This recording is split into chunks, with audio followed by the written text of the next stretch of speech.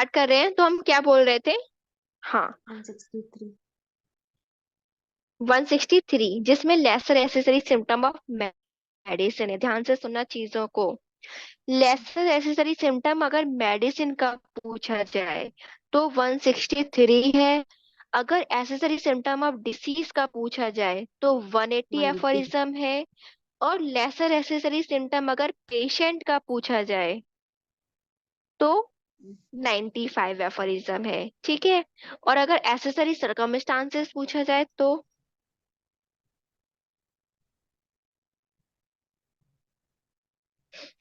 94। Accessory symptom of medicine 94। 163 और accessory symptom of disease 180। 94 aphorism number 5, 81, 594, 208 81, और 252। 250। हाँ, 94 aphorism number 5, 81, 94, 208, 252, ये एसेसरी सर्कमस्टांसेस के बेसिस में है। ठीक है, तो तीनों में डिफरेंस याद रखना। नेक्स्ट है आपका 164।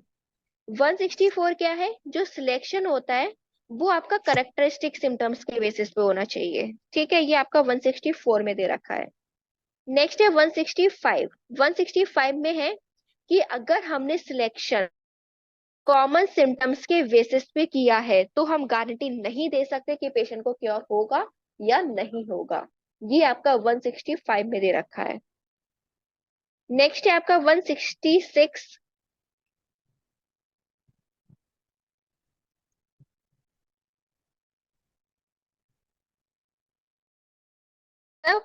इसमें क्या दे रखा है कि हमें अगर सिलेक्शन करना है, मेडिसिन का अच्छा सिलेक्शन करना है, तो हमारे पास बहुत सारी नंबर ऑफ मेडिसिन हैं। ठीक है, मेडिसिन आज के टाइम पे बहुत ज्यादा इंक्रीज हो चुकी है, तो हमारे पास बहुत सारी मेडिसिन जिसकी में से हम मेडिसिन का सिलेक्शन कर सकते हैं। 67, अगर हमें एसेसरी सिम्टम्स देखने को मिल रहे हो तो हमें क्या करना होगा? नई टोटलिटी बनानी होगी। एसेसरी सिम्टम्स को उसमें इंक्लूड करना होगा। ठीक है, उसके बेसिस पे हमें नई मेडिसिन को प्रिस्क्राइब करना है। नेक्स्ट है आपका 168, search of medicine for new totality. मतलब जब भी हम नई टोटलिटी बनाते हैं तो हमें जो भी सिम्टम्स हमारे पेशेंट के रह गए एट प्रेजेंट उसको हमें कंप्लीट करके बनानी होगी। नेक्स्ट है 169, जब दो मेडिसिन हमें इक्वली इंडिकेट हो रही हो तो उन केसेस में हमें क्या करना है? ठीक है, पर हमें उन दोनों में से दो मेडिसिन आ रही है तो उन दोनों में से हमें क्या देना हो? किसी एक ही कोई को देना होगा। तो केवल एंड केवल हमें एक ही मेडिसिन को प्रिस्क्राइब करना है जो कि मोर सिमिलर है या करेक्टरिस्टिक सिम्टम्स को जो ज्यादा कवर कर रही हो। ठीक है, जब पहली मेडिसिन का एक्शन कंप्लीट हो जाए तो हमें ये नहीं करना है कि जो दूसरी चॉइस की मेडिसिन निकल के आ रही थी, जो दूसरे नंबर पर मेडिसिन निकल के आ रही थी वही प्रिस्क्राइब कर दे। ऐसा हमें नहीं करना है। फर्दर उसकी फॉलोअप लोगे, उसको सिम्टम्स देखोगे, अगर हाँ आपकी जो सेकंड मेडिसिन वही आ रही है जो आपने दूसरा केस टेकिंग की, ठीक है, फॉलोअप में भी केस टेकिंग होती है, तो केस टेकिंग की एट प्रेजेंट भी आपकी सेकंड रेमेडी भी वही निकल के आ रही है जो पहले आई थी, तो आपको और ज्यादा कॉन्फिडेंस गेन होता है। ठीक। नेक्स्ट है 170। यही है जो आपका सेकंड प्रिस्क्रिप्शन में वही मेडिसिन निकल के आती है जो दूसरी मेडिसिन आप लोगों को निकल के आई है, रिपोर्ट में दो चॉइस ऑफ मेडिसिन निकल के आई है, तो आपका कॉन्फिडेंस गेन होता है। ठीक है, तो हमें क्या करना है? सेकंड मेडिसिन को नहीं देना है, जो उसकी टोटलिटी होगी उसके अकॉर्डिंग नई मेडिसिन को सिलेक्ट करना है। नेक्स्ट है 171। 171 में क्या है? सेवरल एंटीसोरिक मेडिसिन को चलाना होगा। वन बाई वन हमें number of several antipsoric medicine को प्रिस्क्राइब करना है जब तक ये पेशेंट क्योर नहीं हो जाता। 172 से लेके क्या दे रखा है? 184 तक, मतलब वन साइडेड डिसीजेस। हाँ, अब वन साइडेड डिसीज की जो डेफिनेशन टू फ्यू सिम्टम्स, ये आपका 172 एफोरिज्म में है। वन साइडेड डिसीज आपकी क्रॉनिक नेचर में होती है और सोरिक ऑरिजन की है, ये आपका 173 में दे रखा है। 174 में क्या दे रखा है? Types of one sided disease. Internal one sided disease या एक्सटर्नल वन साइडेड डिसीज। ठीक है, जो लेटर वाली है हमारी एक्सटर्नल वन साइडेड डिसीज, उसको क्या बोलते हैं, लोकल मेलेडीज भी बोलते हैं। 175 से लेके 184 तक आप रीड करोगे क्या, इंटरनल वन साइडेड डिसीज। ठीक है, 175 में क्या दे रखा है कि फिजिशियन की गलती अगर हमारी पिक्चर कंप्लीट तरीके से निकल के नहीं आती है तो वहां पे फिजिशियन फेल हो जाता है। नेक्स्ट में बोल रखा है कि ये जो हमारी पिक्चर जो निकल के नहीं आ रही वो ट्रू वन साइडेड डिसीज है, केवल उसमें हमें एक या दो प्रोमिनेंट सिम्टम्स ही मिल रहे हैं। नेक्स्ट है 177। इसमें सिलेक्शन ऑफ मेडिसिन के बारे में बोला गया कि जब भी पेशेंट वन साइडेड डिसीज को लेके आता है तो हमें कैसे मेडिसिन का सिलेक्शन करना है। तो जो भी हमें फ्यू सिम्टम्स देखने को मिल रहे हैं उसके अकॉर्डिंग ही हमें टोटलिटी बनानी होगी और उसके बदले उसकी अकॉर्डिंग हमें मेडिसिन का सिलेक्शन करना है। ठीक है, और सिलेक्शन आपका अगर स्ट्राइकिंग पैक्युलर मेडिसिन के बेसिस पे, मतलब स्ट्राइकिंग पैक्युलर सिम्टम्स के बेसिस पे है तो आपका क्योर हो जाएगा। अगर पार्शियली निकल के आ रही है 179 में, कि अगर पार्शियली निकल के आ रही है तो हमें क्या करना होगा, पार्शियली सिमिलिमम देना होगा, उसके बाद में हम फर्दर देंगे। ठीक है, जो कि आप लोग 180 में पढ़ोगे। 180 में क्या है अभी बताया था हमने, accessory symptoms. Accessory symptom of disease लगाना मत भूलना, कि जो मेडिसिन देने के बाद में आपके जो नए सिम्टम्स आ रहे हैं। ठीक है, इम्परफेक्टली सिलेक्टेड मेडिसिन देने के बाद, क्योंकि पार्शियल सिम्पटम दिया है तो कुछ एसेसरी सिम्टम्स भी प्रोड्यूस होंगे, तो उन दोनों को मिला के हमें पिक्चर बनानी है, टोटलिटी बनानी है, उसके अकॉर्डिंग हमें प्रिस्क्रिप्शन करना होगा। नेक्स्ट है 181। न्यू मेडिसिन को हमें सिलेक्शन करना है एसेसरी सिम्टम्स को जो कवर कर रहे हो। ठीक है, और 182 में क्या है कि हमारा जो सेकंड प्रिस्क्रिप्शन होता है वो काफी एक्यूरेट होता है, क्योंकि 181 में दे ही रखा है, पहले ही हमने पढ़ा था कि हमारे पास वन साइडेड डिसीज में कुछ ही सिम्टम्स होते हैं तो एक या दो बेसिस पे मेडिसिन देते हैं, तो हमारा पार्शियली सिमिलर हुआ। जब हम सेकंड प्रिस्क्रिप्शन देंगे तो वो भी सिम्टम्स को प्रोड्यूस करेगी, हमें एसेसरी सिम्टम्स भी देखने को मिलेगी, तो हमारी अच्छी तरीके से नई पिक्चर निकल के आएगी, जिसकी वजह से बोला गया कि वन साइडेड डिसीज में सेकंड प्रिस्क्रिप्शन आपका एक्यूरेट होता है। नेक्स्ट है 183। सब्सिक्वेंट हमें प्रिस्क्रिप्शन चलाना होगा जब तक कि प्रीवियस मेडिसिन का एक्शन एग्जॉस्ट ना हो जाए। ठीक है, तब तक हमें सब्सिक्वेंट प्रिस्क्रिप्शन करना होता है।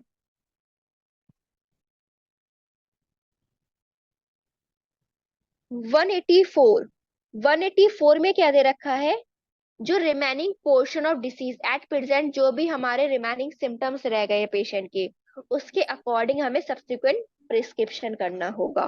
ठीक है, 185 से लेके 203 तक क्या पढ़ते हो, local disease. Local disease. Local disease. Local disease. हाँ, local treatment of one sided disease local maladies. ठीक है, जो लोकल मेलेडीज है वो second type of one sided disease है।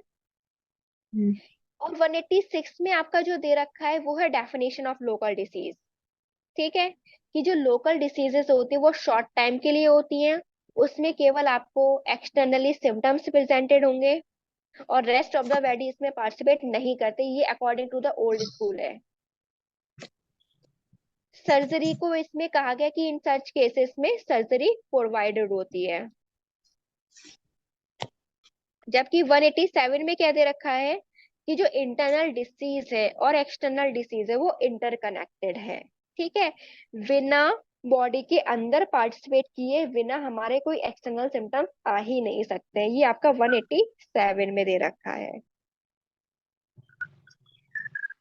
188 में क्या दे रखा है कि जो ओल्ड स्कूल फिजिशियंस होते हैं वो क्या करते हैं, लोकल मेलेडीज को खत्म करते हैं।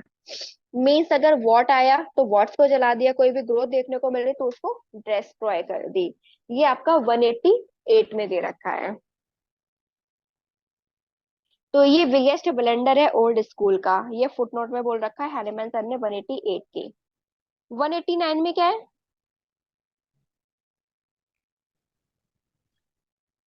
कि जो लोकल डिसीज है और इंटरनल डिसीज है वो पार्ट है होल डिसीजेस का। ठीक है, local disease and internal diseases are part of whole diseases, holism.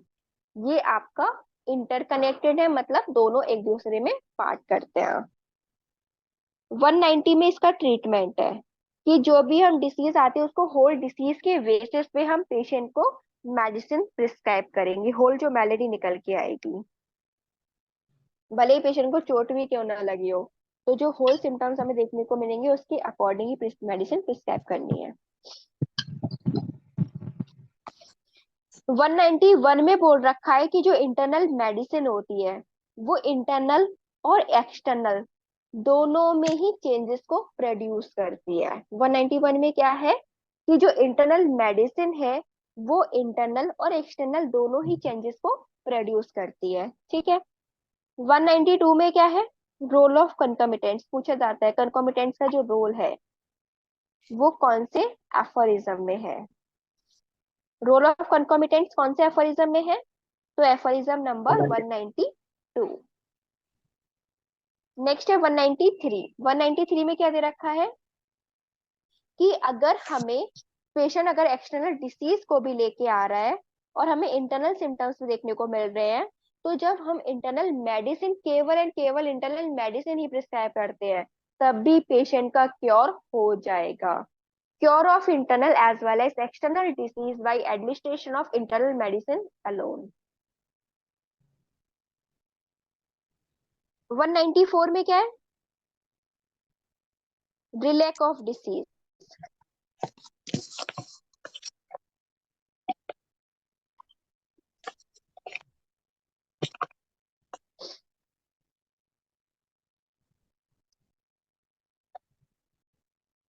194 में क्या है, कोई बताएगा, रिलैक ऑफ डिसीज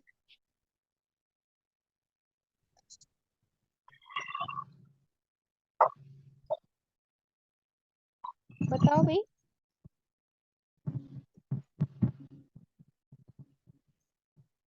ये बोला गया रिलैक ऑफ डिसीज में कि ना, चाहे भले ही वो एक्यूट डिसीज हो चाहे भले ही वो क्रॉनिक डिसीज हो, हमें कभी भी एक्सटर्नल इंजरी पे हमें एक्सटर्नली मेडिसिन को अप्लाई नहीं करना है। मतलब ये कोई बेनिफिशियल नहीं है कि एक्सटर्नली हम मेडिसिन को अप्लाई कर दें। ठीक है, हाँ हो सकता है कि हम उसे नॉन एंटीसोरिक मेडिसिन से ट्रीट कर दें, मतलब कोई एक्यूट कंप्लेंट से एंटीसोरिक मेडिसिन उसको प्रिस्क्राइब ना करें। ठीक है, जब उसको पेशेंट को जो भी सिम्टम्स है उसको वो आराम मिल जाए तब हम बाद में उसको एंटीसोरिक मेडिसिन चलाएं। नेक्स्ट है 195। रिलैक्स का मतलब होता है रेमनेंट ऑफ डिसीज। 195 में एंटीसोरिक ट्रीटमेंट, भाई हमने बोला ना कि जब उसकी एक्यूट स्टेट सबसाइड हो जाए तब हम एंटीसोरिक ट्रीटमेंट चला सकते हैं। ये आपका 195 में दे रखा है। ठीक है, 196 में क्या है कि साइमल्टेनियस एडमिनिस्ट्रेशन, अगर हम सेम मेडिसिन को एक्सटर्नली भी यूज करते हैं इंटरनली भी यूज करते हैं तो वो क्योर को क्या करता है, रोकता है। ठीक है, 197 में क्या दे रखा है, डिसएडवांटेज दे रखी है कि अगर हमने लोकल सिम्टम्स को रिमूव कर दिए तो उसके क्या क्या डिसएडवांटेज हमें देखने को मिल सकते हैं। क्या डिसएडवांटेज है कि अगर हमने लोकल सिम्टम्स को रिमूव, पेशेंट आया ही हमारे पास लोकल सिम्टम्स को लेके है, अगर हमने लोकल सिम्टम्स रिमूव कर दिए तो क्या बचेगा, कुछ नहीं बचेगा, तो हमें पता ही नहीं चलेगा कि पेशेंट को आराम मिल रहा है या नहीं मिल रहा है। ठीक है, तो ये डिफिकल्ट होता है डिसाइड करना कि पेशेंट को रिलीफ मिला है या नहीं मिला है, या हम मिसगाइड कर जाते हैं। ओके, नेक्स्ट है 198। 198 में क्या दे रखा है कि जो लोकल सिम्टम्स है वही चीफ गाइड है सिलेक्शन के लिए। लोकल मेलेडीज में तो भैया वही एकमात्र सिम्टम्स है जिसकी वजह से मेडिसिन का सिलेक्शन कर सकते हैं। Further info 199 में 199 में क्या दे रखा है कि अगर हमने लोकल सिम्टम्स का डिस्ट्रक्शन कर दिया, destruction of local symptoms make selection of medicine more difficult, कि अगर हमने लोकल सिम्टम्स को डिस्ट्रॉय कर दिया जिसकी वजह से हमारे मेडिसिन का जो सिलेक्शन है वो काफी डिफिकल्ट हो जाएगा। 200 में क्या है, लोकल सिम्टम्स के एडवांटेज। एडवांटेज क्या क्या होते हैं लोकल सिम्टम्स में, वो आपके 200 एफोरिज्म में दे रखा है। क्या है, एडवांटेज क्या है? वही एडवांटेज है कि जब लोकल सिम्टम्स रहेंगे तो उसकी बेसिस पे हम मेडिसिन को प्रिस्क्राइब कर सकते हैं और हमें पता रहेगा कि अभी डिसीज इरेडिकेट हुई है या नहीं हुई है। तो हम इन सब्सिक्वेंट प्रिस्क्रिप्शन में भी हमें पता रहे कि पेशेंट को आराम मिला है या नहीं मिला है, उसकी बेसिस पे हम मेडिसिन को प्रिस्क्राइब कर सकते हैं। 201 में क्या है कि जो इंटरनल डिसीज है वो ट्रांसफर्ड हो सकती है एज लोकल डिसीज। ठीक है, कि वाइटल फोर्स इंटरनल डिसीज को भी as a local disease transfer कर सकता है। तो हो सकता है कि जो इंटरनल डिसीज है वही लोकल डिसीज के फॉर्म में मैनिफेस्ट हो रही हो। एपिलेप्सी की केस में ओल्ड स्कूल ने क्या यूज करने को बोला है? बता चुके हैं पहले। चू। इशू। ठीक है, 202 में क्या बोल रखा है कि जो डिस्ट्रक्शन करते हैं हम लोकल सिम्टम्स का वो हमारा इनहेरेंट लेटेंट डिसीज को जागरूक करता है या अराइज करता है। क्योंकि हमारी जो इंटरनल डिसीज, हमने लोकल सिम्टम्स को तो रिमूव कर दिया, बट इंटरनल डिसीज तो अभी भी वही की वही है ना, वो तो लेटेंट स्टेट में चली गई, हमें पता ही नहीं लगेगा क्या होगा क्या नहीं होगा। 203 में क्या दे रखा है कि अगर हमने लोकल सिम्टम्स को रिमूव कर दिया, उसको डिस्ट्रक्शन कर दिया, तो वो इनक्रेडिबल नंबर ऑफ डिसीज को फॉर्म कर सकता है, incredible number of chronic disease को फॉर्म कर सकता है। ठीक है, अब आप लोग बताइए 204 से लेके 209 तक क्या पढ़ते हो? 204 से लेके 209।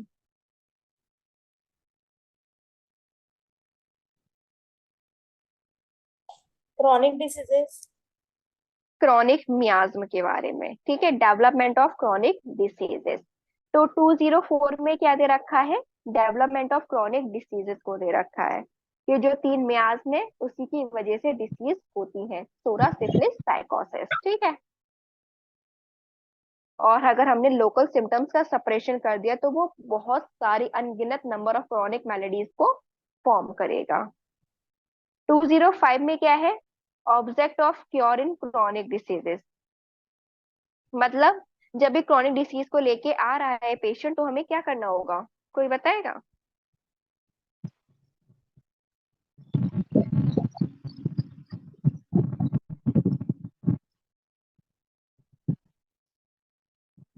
मतलब उसके जो भी टोटलिटी ऑफ द सिम्टम्स उसके अकॉर्डिंग हमें ट्रीटमेंट चलाना होगा। नेक्स्ट है 206। 206 में मिक्स्ड मियाज में। मिक्स्ड मियाज मतलब सोरा सिफिलिस के साथ कॉम्प्लिकेट कर जाए या साइकोसिस के साथ कॉम्प्लिकेट कर जाए, तो उस टाइप की कंडीशंस में। ठीक है, पर सोरा बैकग्राउंड में प्रेजेंट रहेगा। अब उसका ट्रीटमेंट है जो कि 207 में है, और मिनरल बाथ की भी बात 207 में दे रखी है, इसमें इंक्वायरिंग की गई है बस 207 में।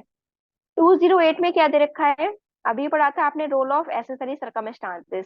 जो भी क्रॉनिक डिसीज फॉर्म हो रही है उसमें एसेसरी सर्कमस्टांस का क्या रोल है वो आपका 208 में दे रखा है। क्या क्या है एसेसरी सर्कमस्टांस? जैसे कि एज ऑफ द पेशेंट, कुछ डिसीज ऐसी होती है जो कि एज पर डिपेंड करती हैं, mode of living, diet, occupation, domestic और सोशल रिलेशन, और माइंड का डिस्पोजिशन। ठीक है, ये सारी चीजें भी हैं जो कि क्रॉनिक डिसीज को डेवलप करती हैं।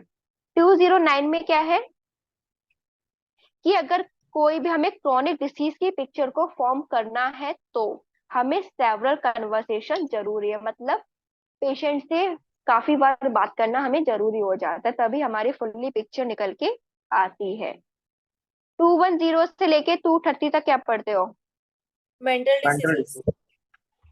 Mental disease. तो ठीक है, जो भी इसके इंपॉर्टेंट एफोरिज्म है उसको हम रिवाइज कर दे रहे क्योंकि टाइम नहीं है। तो T010 में क्या दे रखा है? मेंटल डिसीज की डेफिनेशन, कि जो मेंटल डिसीज है वो आपकी सोरिक है, वन साइडेड डिसीज और क्रॉनिक इन नेचर है। ठीक है, मेंटल सिम्टम्स के इंपोर्टेंस के बारे में बात किया कौन से एफोरिज्म में की गई है? Importance of mental symptoms 211 aphorism में। 212 में ये बोला गया कि जो भी मेडिसिन हम लेते हैं वो मेंटल स्फीयर में चेंजेस को प्रोड्यूस करता है। ठीक है, और मेंटल सिम्टम्स हमारे लिए इंपॉर्टेंट पार्ट है जब भी हम टोटलिटी ऑफ द सिम्टम्स को फॉर्म करते हैं, भले ही वो एक्यूट डिसीज हो क्रॉनिक डिसीज हो। हमें वो जानना जरूरी होता है। फॉर एग्जाम्पल जैसे कि एकोनाइट को कभी भी शांत लोगों में प्रिस्क्राइब नहीं करना है, नक्स वोमिका को कभी भी माइल्ड लोगों में प्रिस्क्राइब नहीं करना है। ठीक है, तो ऐसे उसमें एग्जाम्पल दे रखे हैं। 214 में क्या दे रखा है? Thank you. 214 में क्या दे रखा है? जैसे हम अदर डिसीज को ट्रीट करते हैं वैसे ही हम इन डिसीजेस को भी ट्रीट करते हैं। ठीक है, इन शॉर्ट सुन लो अब क्या है। 215 से लेके 220 इसमें क्या दे रखा है? टाइप्स ऑफ मेंटल डिसीज के बारे में बात चल रही है। Mental disease of corporeal origin. अगर मेंटल डिसीज आपकी फिजिकल डिसीज की वजह से ओरिजिन हो रही है, वो आपका 215 से लेके 220 तक दे रखा है। ठीक है, नेक्स्ट है आपका 221 से लेके 223। इसमें आप लोग देखोगे कि अगर कोई भी एक्यूट डिसीज है उसकी वजह से मेंटल डिसीज अराइज हो रही है, वो आपका 221 से लेके 223 तक पढ़ते हो। 224 में क्या है? अगर मेंटल डिसीज आपकी डाउटफुल ओरिजिन की वजह से हो रहा है। ठीक है, 225 से लेके 228 में क्या दे रखा है कि अगर मेंटल डिसीज आपकी इमोशनल डिसीज की वजह से हो रही, मतलब इमोशनल ओरिजिन की वजह से हो रही है। तो आप लोग बताइए 215 से लेके 220 तक क्या है? mental मेंटल डिसीज अगर disease of corporeal corporeal origin की origin. वजह से हो रही, और 221 से लेके 223 तक। Acute disease. Acute hmm, disease is one two of the twenty four तक, 224 में doubtful origin. Doubtful doubtful origin. 225 से लेके 228 तक। due to Emotional origin. emotional reason. ठीक है, टाइप्स भी याद हो गए आप लोगों को।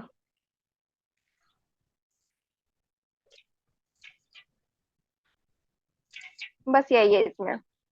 नेक्स्ट आपका है 231 से लेके 244। इसमें क्या दे रखा है? Intermittent disease is an alternative. Hmm, Intermittent and alternative. और टाइप्स ऑफ इंटरमिटेंट डिसीज कौन से एफोरिज्म में है? 245. No, हम्म, 230. 34. 234. नहीं, 231। टाइप्स ऑफ इंटरमिटेंट डिसीज पूछ रहे हैं अभी हम, जो कि इंटरमिटेंट डिसीज दो टाइप्स की होती है, अल्टरनेटिंग डिसीज और टिपिकल इंटरमिटेंट डिसीज। ठीक है, तो टाइप्स ऑफ इंटरमिटेंट डिसीज पूछ रहे हैं तो वो 231 में है, जो कि दो टाइप्स की, अल्टरनेटिंग डिसीज और टिपिकल इंटरमिटेंट डिसीज। 232 में क्या दे रखा है? अल्टरनेटिंग डिसीज के बारे में बोल रखा है कि जो अल्टरनेटिंग डिसीज है वो क्रॉनिक ओरिजिन की है, क्रॉनिक नेचर की है, सोरिक ओरिजिन की है, और कभी कभी हो सकता है ये कॉम्प्लिकेट कर जाए सिफिलिस के साथ। ठीक है, डबल अल्टरनेटिंग डिसीज भी हो सकते हैं, थ्री फोल्ड अल्टरनेटिंग डिसीज भी हो सकती है, इसके फुट नोट में है। 233 में क्या दे रखा है? Typical intermittent disease. और 234 में क्या दे रखा है? Non-febrile. अब टिपिकल इंटरमिटेंट डिसीज कितने टाइप की होती हैं? Two types, two types, febrile, non-febrile. हम्म, और जो नॉन फेब्राइल इंटरमिटेंट डिसीज है वो कौन से एफोरिज्म में है? 234. ठीक है, 235 से 245. लेके 244 में क्या है? Intermittent. इंटरमिटेंट फीवर के बारे में, जो इंटरमिटेंट फीवर के टाइप्स है उसके बारे में बोल रखा है। तो कितने टाइप्स के इंटरमिटेंट फीवर है? 4 types. 4 types. क्या क्या? Epidemic, pernicious and residing is endemic. Hmm, Epidemic in marshy areas, epidemic not in hmm, marshy areas, marshy hmm, epidemic fever, and individual or pernicious fever. ठीक है, और proper time of administration of medicine intermittent fever में ये कौन से aphorism में है?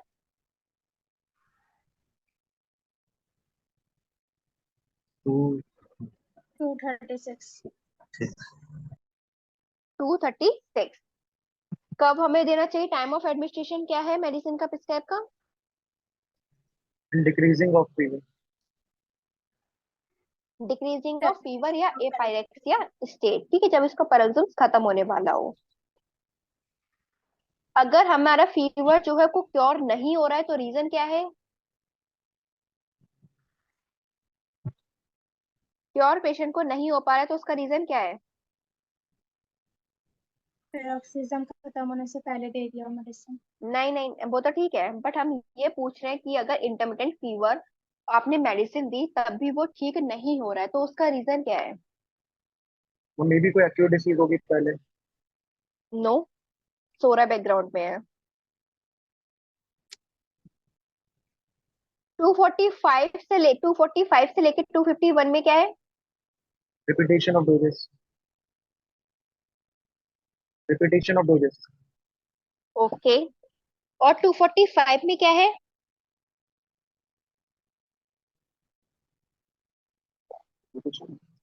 कि अगर हमें एम्बुलेशन देखने को मिल रहा है तो हमें कोई भी मेडिसिन का रिपीटेशन नहीं करना है, ठीक है। 246 में क्या है?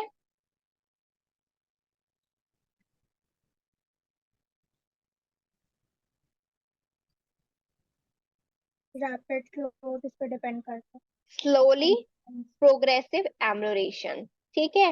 हो सकता है मतलब कोई हिंड्रेंस ना भी हो और हिंड्रेंस हो भी हो, तो क्या हो सकता है कि पेशेंट को जो इम्प्रूवमेंट है, जैसे कि 40 50 60 दिन लग रहे हैं या 100 दिन लग रहे हैं, उसमें इम्प्रूवमेंट देखने को मिल रहा है, ठीक है। एक इसका फुटनोट है जिसमें क्या लाइन दे रखी है? सी नॉन जुवेट मोडो नी नोसीट। हे भगवान, बताओ इसका मतलब कोई जानता है? एक एग्जाम दे कुछ रखा है इसमें। कुछ फायदा नहीं हुआ है तो कुछ नुकसान नहीं होगा। हाँ, मतलब हमें ऐसी मेडिसिन को देना है पेशेंट को अगर वो कोई फायदा नहीं कर रही है तो कोई नुकसान भी नहीं करनी चाहिए, ठीक है। अगेन यहाँ पे यूज किया गया मॉन्ग्रील सेट का, किसमें? 246 के फुट नोट में, ठीक है। और इसके फुट नोट में 30 पोटेंसीज के बारे में भी बात की गई कि स्मॉल डोजेस को हम कोई सकेशन में दे सकते हैं।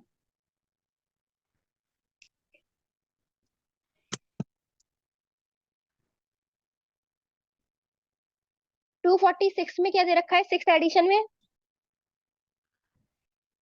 ये तो फिफ्थ एडिशन की बात हो गई, 30 पोटेंसी तो फिफ्थ एडिशन में, बट सिक्स एडिशन में क्या है?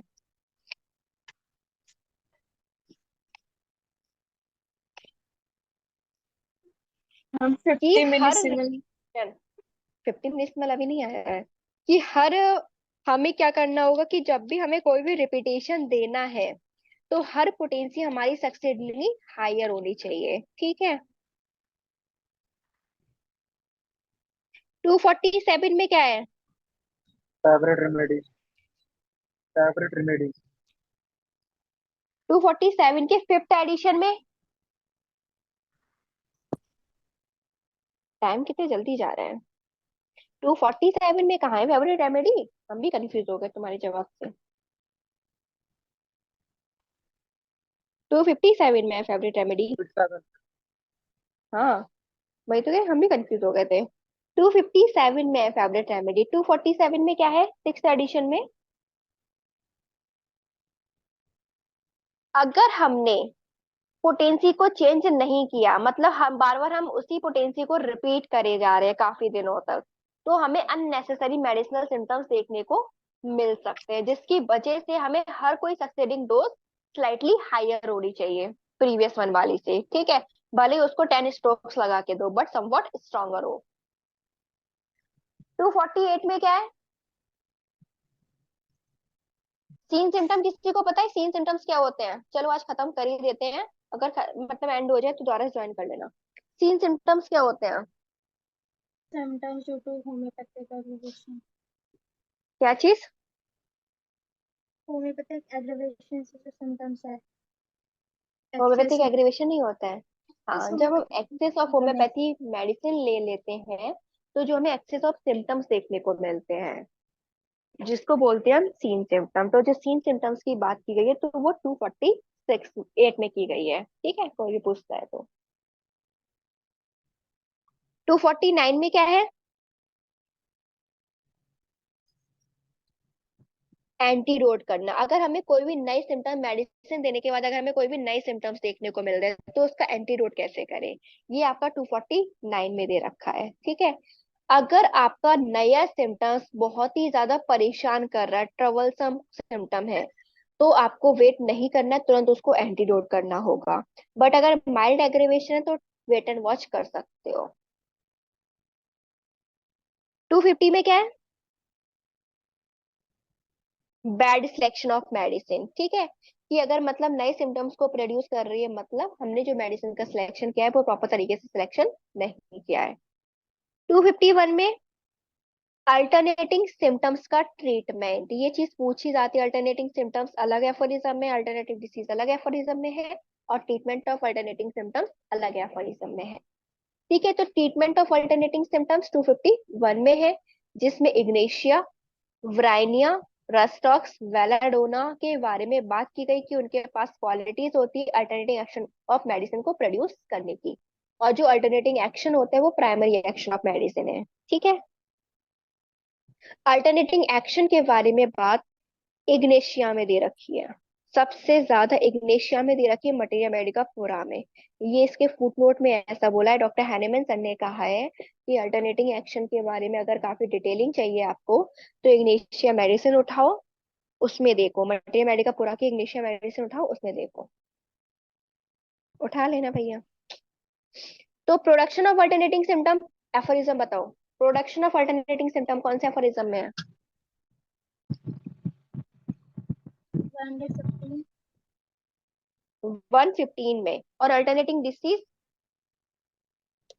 231 232 में। 1 231 में क्या था? टाइप्स था बेटा।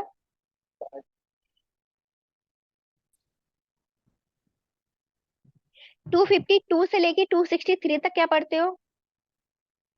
Obstacle to cure. Obstacles to recovery, ठीक है, ऑब्स्टिकल्स टू क्योर। तो 252 से लेके 256 में दे रखा है साइन ऑफ इम्प्रूवमेंट, हम्म ठीक है। Early sign of improvement, early sign of ambulation aggravation क्या है? अगर पेशेंट को अंदर से रिलीफ मिल रहा है, अंदर से उसको अच्छा लग रहा है, सेंस तो of that is a well first being. Sign of, हाँ, सेंसेशन ऑफ वेलबींग, ये it is the first sign of improvement जो कि गिवन है 253 एफोरिज्म में, ठीक है। स्लाइट एब्रोएशन में क्या देखने को मिलेगा कि पेशेंट को कंफर्टनेस होगी, माइंड में उसका रिलैक्सेशन होगा, काल्मनेस देखने को मिलेगी, और हायर स्पिरिट देखने को मिलेगा। अगर थोड़ा बहुत भी एग्रेवेशन देखने को मिलेगा तो पेशेंट में क्या होगा? हेल्पलेस होगा, मतलब काफी जो पिटिएबल स्टेट में देखने को मिलेगी उस टाइप की कंडीशन में होगा। 254 में क्या दे रखा है? Confirmation of early sign of aggravation और एम्बुलेशन, ठीक है। आपको देखना होगा कि जो नए सिम्टम्स हो रहे हैं या एग्रीवेशन हो रहा है तो उसमें नए सिम्टम्स तो नहीं आ रहे हैं, ओरिजिनल सिम्टम्स उसके एग्रीवेट कर रहे होंगे, ठीक है। तो ये चीज आपको देखनी होगी, कंफर्मेशन करना होगा कि क्या हो रहा है पेशेंट को। 255 में क्या है? कभी कभी होता है कि जो इम्प्रूवमेंट है वो काफी लंबा टाइम ले लेता है, ये आपका 255 में है। 256 में क्या है? अपीयरेंस ऑफ न्यू सिम्टम्स, ठीक है। Appearance of new symptoms can't की कौन सा ऑब्जर्वेशन है?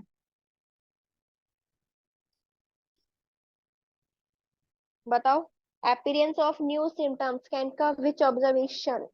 10 11? 10 नहीं, 10 10th। 10 नाउ, 10 नाउ से याद रखो ना, 10 10, 11 और 12, 12 ऑब्जर्वेशन। नाउ मतलब न्यू सिम्टम्स, 10 ओल्ड, ओ मतलब ओल्ड सिम्टम्स, और डब्ल्यू मतलब रॉन्ग डायरेक्शन में जा रहे हैं, ठीक है। तो 10th ऑब्जर्वेशन।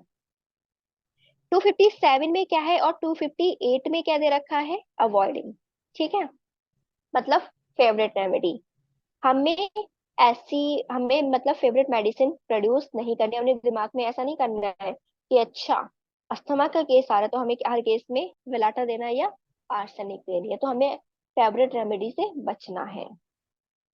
258 में क्या दे रखा है? Unfavourite remedy. और हमें ऐसा भी नहीं करना कि किसी मेडिसिन से हमें हेट हो जाए भले ही वो मेडिसिन पहले केस में काम ना की हो या दूसरे केस में काम ना की हो, तो हमें ऐसा नहीं कि वो हर केस में ही काम ना करेगी। तो हमारी कोई ना ही अनफेवरेट मेडिसिन होनी चाहिए, ना ही कोई फेवरेट मेडिसिन होनी चाहिए।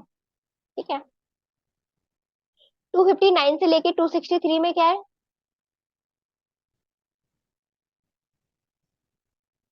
Diet and regimen. Diet and regimen. Diet and regimen अगर क्रॉनिक डिसीज में बात की जाए तो कौन से एफोरिज्म में है? क्रॉनिक डिसीज में अगर डाइट एंड रेजिमेन है तो वो 260 और 261 में है। ठीक है। और अगर डाइट एंड रेजिमेन अगर एक्यूट डिसीज में बात की जाए तो 262 में और 263 में है। तो 260 और 261 में क्या है, अगर क्रॉनिक डिसीजेस में हमें क्या चीज अवॉइड करनी है वो। तो 260 में क्या है, क्या चीज हमें अवॉइड करनी है क्रॉनिक डिसीज में, जैसे कि coffee, Chinese tea, beer, liquor, कोई भी मेडिसिनल प्लांट्स की चीजें जैसे कि हर्ब्स हो गए, रूट्स हो गई। ठीक है। हीटेड रूम्स को हमें अवॉइड करना है, वुलन क्लॉथ हो गया, सेडेंटरी लाइफ को हमें अवॉइड करना है, अनक्लीनिनेस, या फिर मार्शल डिस्ट्रिक्ट में रह रहे हो तो उन सारी चीजों को हमें अवॉइड करना है। 260 में चीज में क्या बोल रखा है कि हमें क्या क्या चीज लेनी चाहिए, अलाउ। थोड़ा बहुत एक्टिव एक्सरसाइज करनी चाहिए, ओपन एयर में वॉक करना चाहिए, सुटेबल न्यूट्रिशन लेना चाहिए, अनमेडिसिनल फूड या अनमेडिसिनल ड्रिंक लेना चाहिए। ठीक है, ये सारी चीजों को लेने को बोला है। और एक्यूट डिसीज में बात की जाए तो 262 और 263 एफोरिज्म में है कि जो भी पेशेंट की डिजायर है एक्यूट डिसीज में, वो पेशेंट की डिजायर को फुलफिल करो, ये 262 में है। ठीक है। क्योंकि ये इसका रीजन जो है वो 263 में है कि पैलेटिव नेचर होता है, इसकी वजह से कि जो फुलफिलमेंट डिजायर, जो हम पेशेंट की डिजायर को ग्रेटिफिकेशन कर रहे हैं, वो उसका पैलेटिव नेचर है, वो ठीक कर जाएगा, मतलब मेडिसिन उसको ओवरकम कर जाएगी। तो जो भी पेशेंट की डिमांड है उसको पूरा करो। और पेशेंट का रूम का टेम्परेचर उसके अकॉर्डिंग होना चाहिए, पेशेंट का कंफर्ट उसके अकॉर्डिंग होना चाहिए, बट ओवर एक्सर्शन को हमें अवॉइड करना है। ठीक है। 264 से लेके 271 तक क्या पढ़ते हो? फार्मेकोप्रेक्सी, प्रिपरेशन ऑफ मेडिसिन या pharmacy in relation of Organon. 264 में क्या है? Genuine medicine. जेन्युइन मेडिसिन मतलब अनअडल्ट्रेटेड। जो प्योर एक्सपेरिमेंट, हाँ, अनअडल्ट मतलब बिना कोई चेंज की लिखी गई है। ठीक है। 265 में दे रखा है कि पेशेंट टेक्स राइट मेडिसिन, ये आपको पता होना कि आप बंदा जो है वो राइट मेडिसिन ले रहा है या नहीं ले रहा है। 266 में क्या दे रखा है?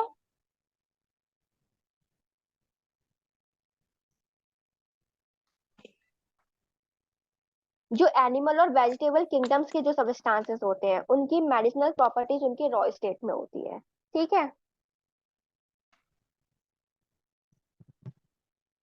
267 में uses of alcohol, use of alcohol की बात जो की गई वो